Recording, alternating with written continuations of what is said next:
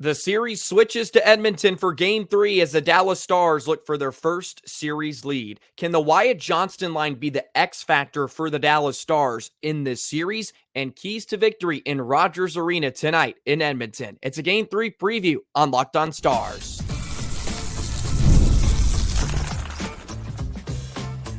You're Locked On Stars, your daily podcast on the Dallas Stars, part of the Locked On Podcast Network. Your team every day. Howdy, Stars fans, and welcome back to another episode of Locked On Stars, part of the Locked On Podcast Network, your team every single day. It's a pleasure to be with you. I'm Joey Erickson, former producer of 105 Through the Fan. Please be sure to subscribe. We are free and available wherever you get your podcasts and on YouTube. And as always, thank you so much for making us a part of your day and making us your first listen. Welcome to a Game 3 preview on Locked On Stars as the NHL's best road team looks to find some more success on the road this postseason. I'll share some of my thoughts on Game 2 as the Dallas Stars bounce back to tie the series at 1 game apiece. I'll also discuss the Wyatt Johnston line and how they could be the X factor moving forward in this series. And then we'll have some keys to victory in Game 3 tonight to wrap up today's episode of Locked On Stars. So I'll run for about 15 minutes again, and then we'll have a live Game 3 reaction for you later on tonight as well. Happy Memorial Day, Stars fans. Happy Memorial Day to everybody out there, and especially all the men and women that served our country to allow us to enjoy the freedom that we do on an everyday basis. So thank you to those who made the ultimate sacrifice for our country. We are forever in your debt, and we just get to enjoy hockey, at least myself. So very, very thankful to all those that put on a uniform and went to battle for us. We are very, very grateful and excited for Game 3 tonight as well, as the Stars look to find some success on the road once again. So far, they have been spectacular. 5-1. Isn't it? Yeah, 5-1 because they won all 3 games against Colorado on the road this postseason. I do want to drop this little nugget for you to begin today's episode. I thought this was very, very intriguing. Stars have had a lot of success in Edmonton throughout the years, but they've played a total of 100 games on the road, the Oilers and Stars. And of course, that switches back between Dallas and Edmonton, but Dallas has won 60 games out of the 100 on the road. Edmonton has won 33, and the two teams have drawn 7 times back when ties were allowed in the game of hockey. But of course, we do not do that no more. But the Stars have won 60 of the 100 games away from the American Airlines Center. So hopefully that's a good omen moving forward. I'll say this about Game 2, and I invite you to jump over to Locked On NHL, by the way. I actually hopped on for a segment with Gil, and we talked about Game 2, and I had a more extended version of my thoughts since I was unable to share it on Saturday night. I really invite you to go over there and take a listen. But I thought the Stars really shut it down in the second and third periods. Edmonton had a combined, I think, 13 shots in the final 40 minutes after outshooting Dallas 16-4 in the first period. Look, the Stars need to get off to a much better start. But I'll also say this. I don't think Dallas has played their best hockey of the series by any stretch of the imagination. They were probably a C in Game 1, and I bump them up to maybe a B minus in Game 2. And you have to get them credit. They've hung around, and they found a way to get the job done on Game 2. They closed it out, and it was much more like the Dallas Stars we have seen throughout the postseason. And I think we all have to be thrilled. They're tied at 1 heading to Edmonton in Game 3, where they just played their best hockey. For some reason this season and for the last few seasons, they play their best hockey on the road. So I expect a much better start. They can't tiptoe their way into hockey games. We've seen that in the first 2 games of this series, and Edmonton can do some damage. If it wasn't for Jake Ottinger, Edmonton probably would have had a multi-goal lead. And Ryan Suter spoke after the game, and I thought had some really telling comments about, look, if we get to play with a lead, it allows us to play with some more freedom. rather than trailing and having to play catch up. It allows them to play a more simple brand of hockey, right? Off the window and out, just get pucks out of your own zone, return to defensive posture. And that was something they did phenomenally in that third period. They really shut down Edmonton, especially off the rush. Game one galore off the rush for Edmonton, and their quick guys were getting time and space, which allowed them to be creative. And in game two, especially in that third period, the Stars kept really nice gaps, and Suter and company were all a part of that to kind of hem in Edmonton and force them to play a style of hockey that they did not want to play. So it's important for Dallas to play with the lead, get out on their toes, which they do really, really well on the road as it is. Jake Ottinger has been so good throughout the postseason. He was the best star in game two. I think the expected goals against was 3.47, something crazy like that. And Edmonton outchanced the Stars, but Dallas had some really quality looks. And look, they did enough to get the job done. And now they get to switch to Edmonton, where they've had a lot of success on the road this postseason. And hopefully they just get to their game a lot quicker and they can play with the lead and see how Edmonton wants to play when trailing. I'm really curious about Skinner. Stuart Skinner has looked really, really good in the first two games. He arguably is one of their best players of the series so far. I'm curious if he can still do it. Can he do it for another 3 to 4 games? Because he hasn't shown the capability of, frankly, doing that for a long extended period. And he's been really good. Can he keep it up? And the Stars also need to force him to keep it up. Apply pressure, shoot the puck a ton, make his life really, really hard. And I think the Stars did a much better job in game two, especially shooting off the rush, just looking for rebounds. Look, I think every time the Stars shoot, it looks like it could go in. Skinner doesn't always look the most comfortable in between the pipes, and maybe that's just his style of play, but can he continue to keep it up? That is something I'll keep an eye on because, of course, he had an under 900 save percentage in the series against Vancouver, and they still found a way to win. That's not going to be possible against the Dallas Stars. But as I mentioned, too, before the series, goaltenders can get hot, and he can go on a run here. So I'm not saying it is going to happen. He is going to fall off, but let's see if he can do it for a few more games in this series. Roope Hintz might be back in the lineup tonight. He'll be designated as a game time decision, I'm sure.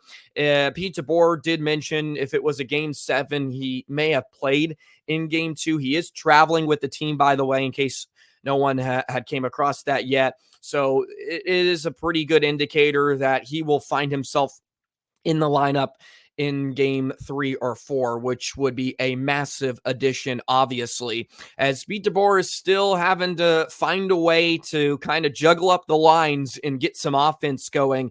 That is a bit of concern, but I'll also give Pete DeBoer a lot of credit, not being complacent.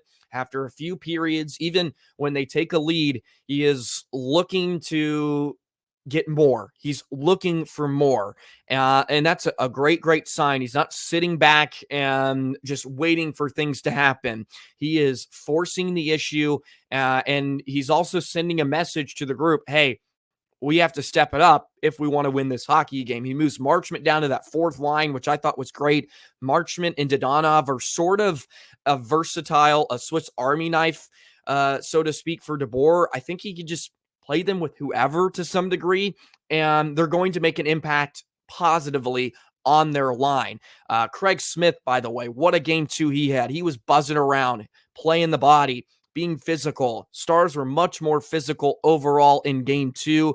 They bucked up, they set a tone, and hopefully that's a tone they can carry over into game 3. It's very, very hard to do that, especially when you're going into a road building for the first time during this Western Conference final. But be on the lookout for Roope Hintz. Would be great to get him back into the lineup.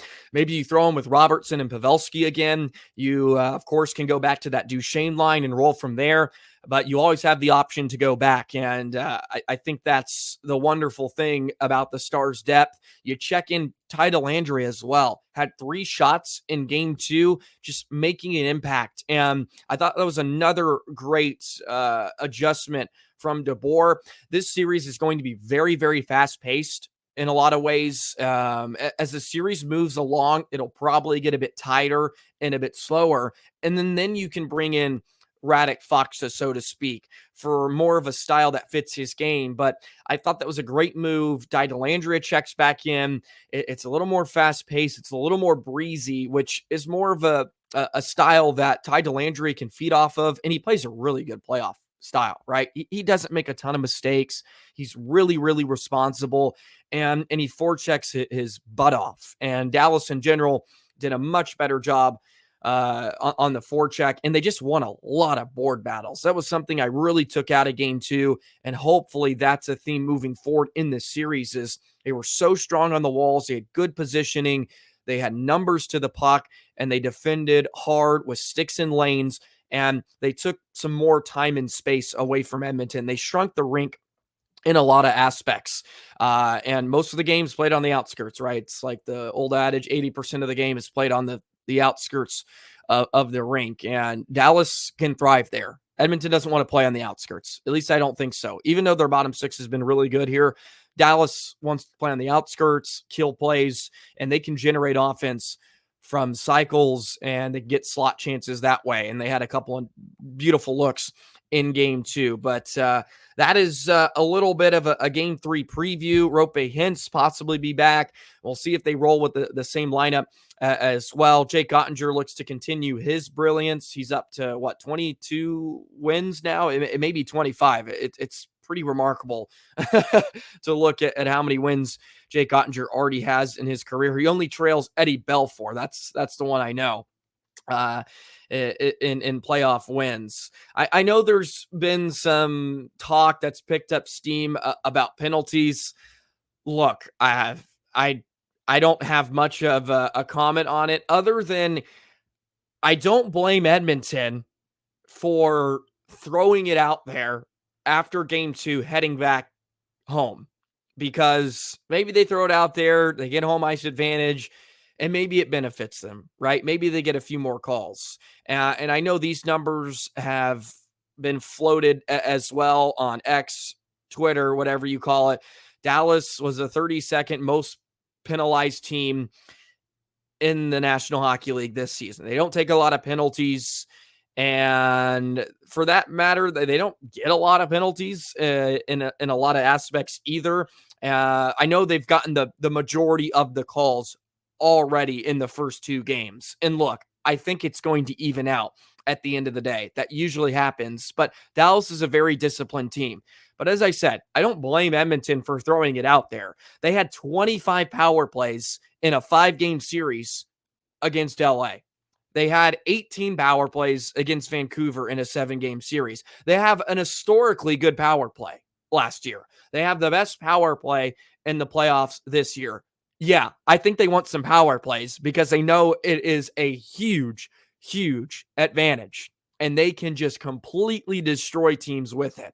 So I don't blame them for wanting more power plays. I think everybody wants more power plays, but give credit to Dallas for defending hard and being disciplined enough to not take infractions. And the few penalties that they've taken, they've done a great job so far on the PK, but they can't live in the box, right? If they live in the box, series is over. I mean, they may have been spoiled a bit. They had 25 power plays in a 5-game series. Yeah, I think they want some power plays. So I don't blame them in a lot of aspects, but look, it's kind of a tired narrative, and I understand what they're doing. That's what I'm saying. So there we go. Enough on the penalty talk. It's the Western Conference Final. I would hope they eat the whistles a bit more. It's that time of year, right? You can eat the whistles. We can play this thing at 5-on-5, see who the better team is. I know Edmonton's the better team on the power play. I've seen that for 2 series. I don't need to see it again. Hopefully. Knock on wood. All righty. Let's discuss the Wyatt Johnston line. and I'm going to run over 15 minutes here because I'm already rambling, but this Wyatt Johnston line has been so good. And this is the X factor, I think, for the Stars moving forward in the series. We'll discuss more in just a moment. Today's episode of Locked On Stars is brought to you by FanDuel. It's winner take all time in the NBA and NHL, and FanDuel's giving you a shot to bring home a big win of your own. Right now, new customers get $150 in bonus bets with any winning $5 bet. That's $150 to bet on spreads, money lines, player props, and more. The Dallas Mavericks are up 3-0 in the Western Conference Finals over the Minnesota Timberwolves. Stars look to take their first lead of the series. DFW Sports are in full swing, and they're both looking to take home the Larry O'Brien Trophy and the Stanley Cup. So go ahead and get in on the action this postseason. $150, as I mentioned, with any winning $5 bet. You can visit FanDuel.com/lockedon to make every playoff shot count. The Stars and Mavericks are on their way, hopefully, to the final. I think the Mavericks series is over. No team in the history of the NBA has come back from 3-0. So go ahead, sprinkle some money on the Stars and Mavericks this postseason. Visit FanDuel.com/lockedon and make every playoff shot count. FanDuel, America's #1 sportsbook.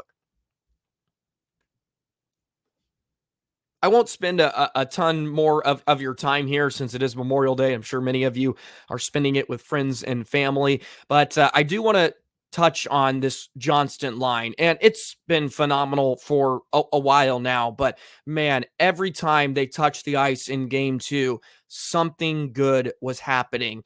And I also discussed after game 1 or a game 2 preview, I believe, about setting up the next line for success.